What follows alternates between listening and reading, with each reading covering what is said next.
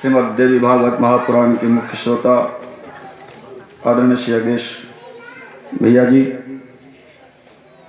उनकी सहधर्मिणी आदरणीय श्रीमती नर्मदा ध्रुव जी, आदरणीय श्री कृष्ण कुमार साहू जी, आदरणीय भाभी श्रीमती शत्रुपा साहू जी, हृदयांशु शर्मा जी और संगीत में सहयोग प्रदान करने के लिए यहाँ विराजमान श्री भागवत साहू जी, श्री जुड़ावन साहू जी, श्री गीताराम साहू जी, श्री हुलास देवांगन जी, जगदीश जी और आप यहाँ समुपस्थित हमारे आदरणीय पिताश्री, आप सभी आदरणीय महानुभाव, सामने बैठी हुई आप सभी शक्ति स्वरूपा देवी स्वरूपा माताओं, भगवती की महती अनुकंपा से उन्हीं की दरबार में उनकी ये मंगलमयी कथा गंगा निरंतर 3 दिन से प्रवाहित हो रही है। इस कथा गंगा में यथासंभव हम आप सब लोग डुबकी लगा रहे हैं और ये आने वाले समय के लिए हम आप सब के लिए अपने आप को पावन करने के लिए, अपने आप को भगवती से जोड़ने की ये अवसर है। तन्मयता के साथ में, प्रेम के साथ में, उत्साह के साथ में आप सभी बढ़िया लगे हैं और भी लगे। कल की कथा में आप लोगों ने सुना कि महाराज जन्मेजय जी अपने पिता की मृत्यु को सुन करके जब उनको उत्तंक ऋषि ने भड़का दिया तो प्रतिकार की भावना से उन्होंने सर्पों से दुश्मनी की और उस भावना को लेकर के उन्होंने सर्पेष्टि यज्ञ का आयोजन किया है।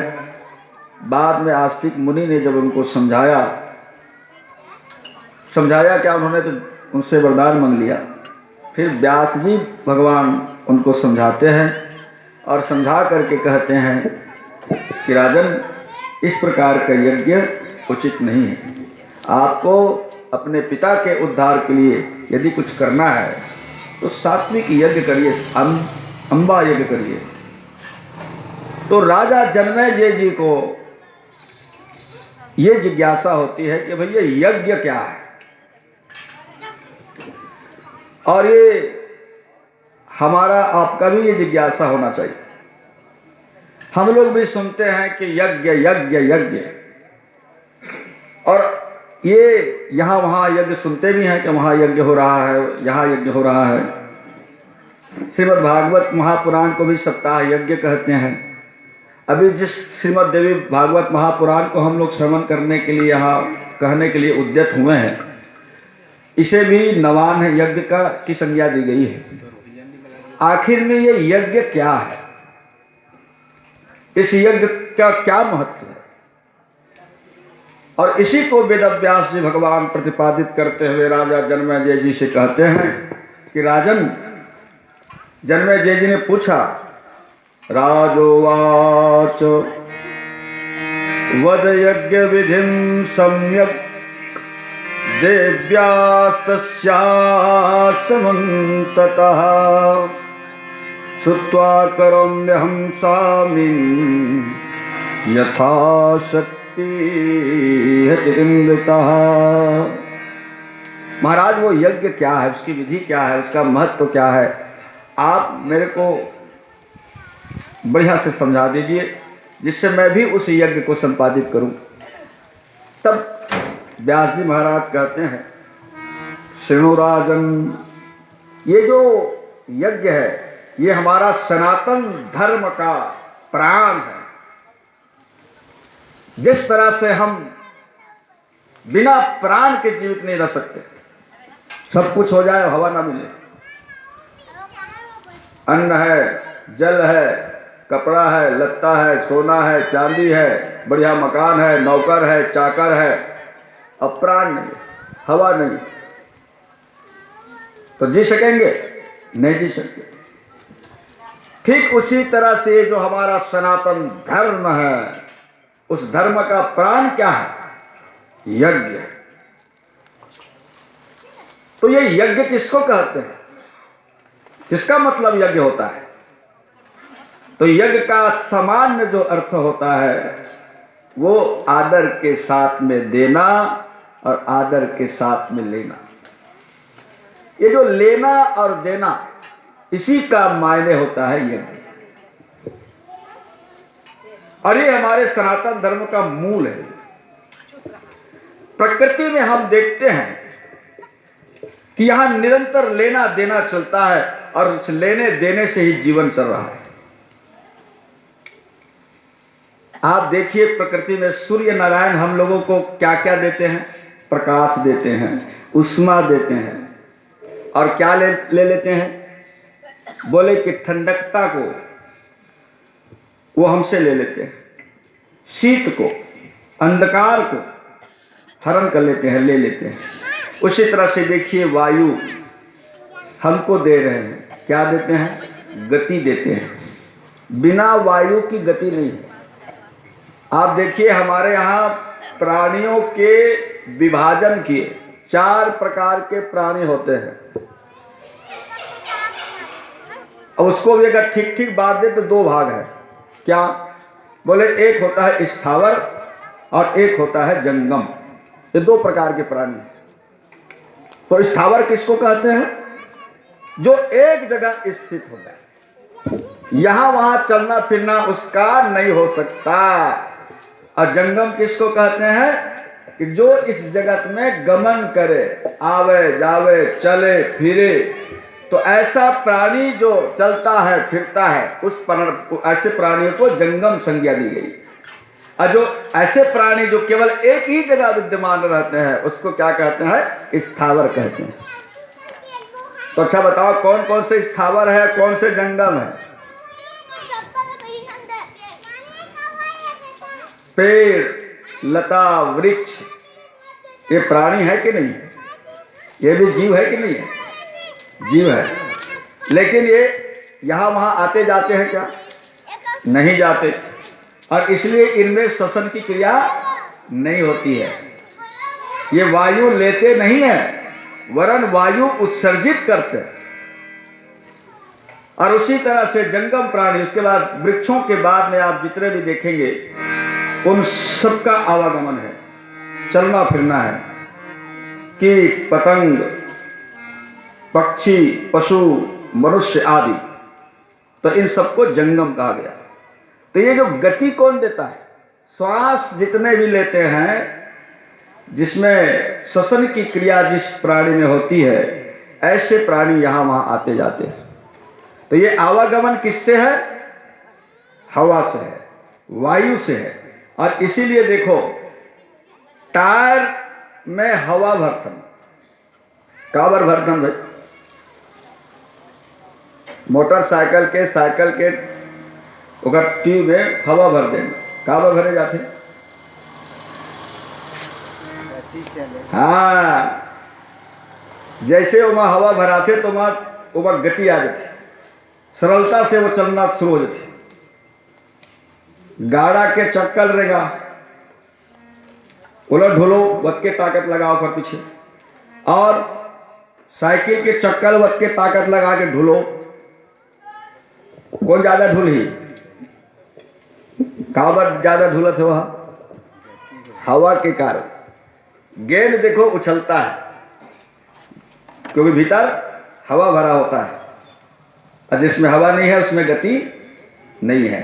तो वायु हम सबको गति प्रदान करते हैं और बदले में स्थैर्य प्रदान करते हैं। स्थैर्य को ले लेते हैं, गति प्रदान करते हैं और स्थैर्य को ले लेते हैं। उसी तरह से आप देखिए पृथ्वी हम सबको क्या देती है? जितने भी हम अन्न है कहां से प्राप्त करते हैं? धरती से। तो धरती मैया हम आप सबको क्या देती है? अन्न देती है, और बदले में क्या लेती है? मल। और उसी मल को धरती मैया फिर शुद्ध परिष्कृत करके कर देती है। तो अन्न देती है, मल को लेती है। अच्छा, अगर ये कहा जाए कि ये सब ये क्या किस लिए कर रहे हैं, इसका करना, इसके करने को क्या कहेंगे? उपकार, परहित। सूर्य प्रकाश देते हैं तो इससे हम आप सबका भला हो जाता है, हित हो जाता है। इसलिए भैया आप अगर गंभीरता से सुन रहे होंगे तो आपको ये बात और बता दें कि यहाँ तो विभिन्न धर्म है और सबकी धर्म की अपनी अलग अलग मान्यता भी है। जैसे जो जैन धर्म है वो करुणा की प्रधानता से, बौद्ध धर्म जो है, जैन जो धर्म है वो अहिंसा की प्रधानता से है, और हमारा जो सनातन जो धर्म है वो हित की प्रधानता से है, परहित। प्रकृति से हमारे ऋषियों संत महात्माओं ने ये सीखा। अच्छा, सूर्य आपको प्रकाश दे रहा है, क्यों दे रहा है? आपका भला हो रहा है, आपका भला हो जाए। अच्छा, बदले में सीधे सीधे वो आपसे कोई अपेक्षा नहीं कर रहे हैं। तो यह प्रकृति भी हम सबकी भलाई के लिए उद्यत है। तो इसलिए हमारा जो सनातन धर्म है वो परोपकार, हित को की प्रधानता से हमारा सनातन धर्म है। और इसीलिए रामचरितमानस में गोसाई तुलसीदास जी महाराज से पूछा गया कि महाराज सबसे बड़ा धर्म क्या है? तो गोसाई तुलसीदास जी महाराज कहते हैं कि परहित सरिस धर्म नहीं भाई, पर पीड़ा सम नहीं माई। यदि कोई आपको धर्म को पकड़ना है तो हमारा सनातन धर्म ये कहता है कि आप अपने धर्म की कसौटी कि हम अगर दूसरे का हित करते हैं, पर का हम भलाई की सोचते हैं, पर की भलाई करते हैं, तो समझ लीजिए कि आप धर्म कर रहे हैं। और यदि कहीं आप बाहरी दिखावा में ये सब कुछ कर भी रहे हैं और अगर कहीं भलाई की भावना नहीं है, हित की भावना नहीं है, औरों की कल्याण की भावना नहीं है, तो उसको धर्म संज्ञा नहीं दे सकते। आगे इसके और वर्णन आएगा। तो उपकार की भावना से, हित की भावना से, हित की प्रधानता से हमारा सनातन धर्म है। और ये क्यों है? तो इसका उद्देश्य क्या है? तो उद्देश्य है वस्तुनिष्ठ से आत्मनिष्ठ होना।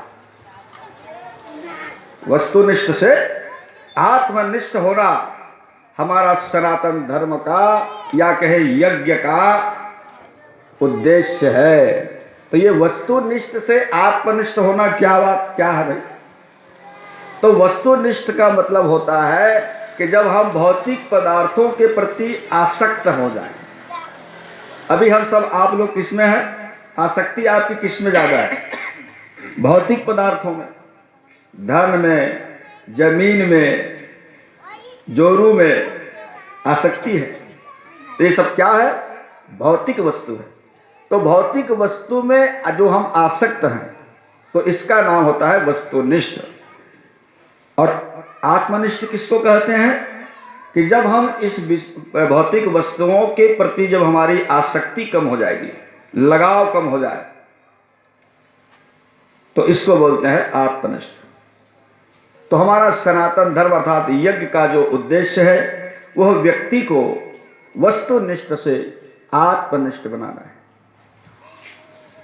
और जब तक के हम आत्मनिष्ठ नहीं होंगे तब तक के आत्मा की बोध नहीं हो सकता। और जिसको अपनी आत्मा का बोध नहीं हो सकता उसको भगवान का बोध नहीं हो सकता। वस्तुनिष्ठ आदमी को आत्म साक्षात्कार नहीं हो सकता। तो ये हमारा यज्ञ है। वेद व्यास जी भगवान कहते हैं कि राजा जन्मेजय, ये जो यज्ञ है वो 3 प्रकार का होता है। एक होता है सात्विक, एक होता है राजसी, एक होता है तामसी।